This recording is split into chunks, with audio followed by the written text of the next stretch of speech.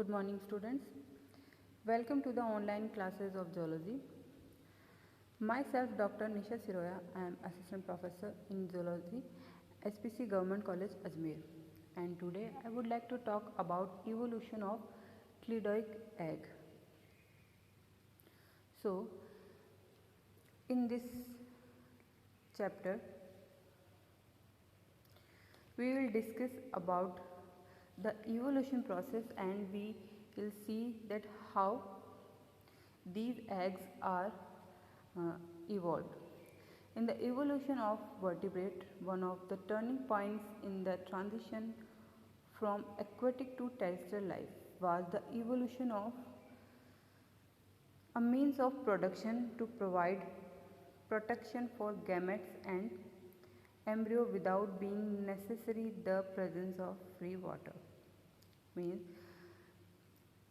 in the earlier time there are life present only in aquatic medium, and after some time the life transform into aquatic to terrestrial. So the vertebrate become truly terrestrial with evolution. Reptiles and from internal fertilization of an egg can be deposited on land. So there are many climatic changes and many environmental changes, and because of these animals have to adapt to many characteristics in them. To do this, we will see as a primary element the cleidoic development. So there is the development of cleidoic egg is very important and it's very mandatory.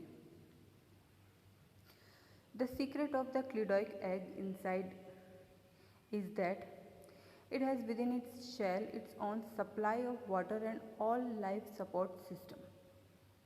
So what is cleidoic egg? The main characteristics of cleidoic egg is that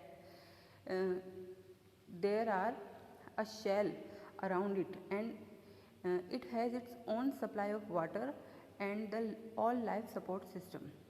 How we see in between this lecture, when the fertilized egg travels through the reproductive tract, sturdy shell calcium is deposited around it, and then when the incubation is started, the embryonic development is initiated, and from an unstructured mass of cells that divide rapidly grow both the fetus and a complex membrane system. So there is a membrane system is also present, which is called the extraembryonic membranes. In these extraembryonic membranes, there are four main membranes are present. Within the egg, embryo development is completely surrounded by a fluid-filled membrane, the amnion. This fluid is called amniotic fluid, protects the embryo from desiccation and accidents. The egg also carries a rich food supply, the yolk. The yolk is enclosed within a membrane which is directly connected to the digestive system of the embryo. Here the membrane is support this is called the yolk sac membrane. Because the egg is a closed system, it requires some method to get rid of waste. Because we all know that animal have to do many things like respiration, excretion, so they need some method to get rid of waste. A third membrane sac, which is called the allantois, collects liquid waste of the embryo and completely separated from the rest of the system. The outer surface of the allantois, which has a rich blood supply, is also used for exchanging oxygen and carbon dioxide. So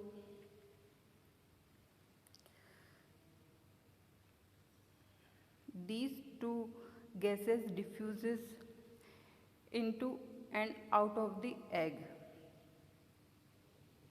because there are many tiny holes in the calcium carbonate shell. A fourth membrane, which is called chorion, is located just below the skin, surrounding the embryo and all other membranes. These membranes are formed from embryonic tissue and developed as the embryo grow, as discussed below. Look at the diagram. This is a typical diagram of chick, and in this diagram we can see all the membranes, extraembryonic membranes are present here: the amnion, allantoic sac, chorion, and the yolk sac. So these four membranes are present here and they perform separately their functions. In hen, egg formation as the reproduction phase is a continuous process except the time of molding. Hence, egg production has become an important industry as a source of human food. Like this, birds' eggs are virtually self-contained life support system. All they required for the embryo to develop properly are warmth and oxygen.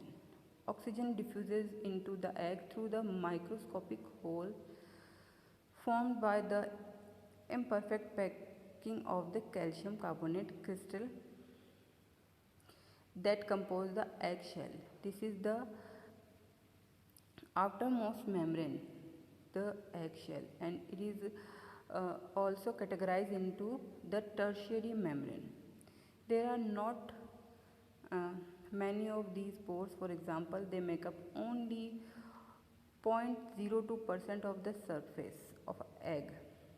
Carbon dioxide and water vapor diffuse outward through the same pores, and birds can lay their egg in even drier environment than reptiles, because when the fatty yolk is broken down to provide energy for the developing embryo, water is produced as a byproduct. So in this way the embryo can grow and it develop into a chick. So in this way we see that the evolution of cladoid egg is a milestone. Only because of this the life is successful on the terrestrial environment. So in today's lecture we discuss about some points which is very important in the evolution of cladoid egg. In our next lecture we will discuss about the extraembryonic membranes, which are also described in this lecture, but in detail we will describe in our next lectures. Thank you so much.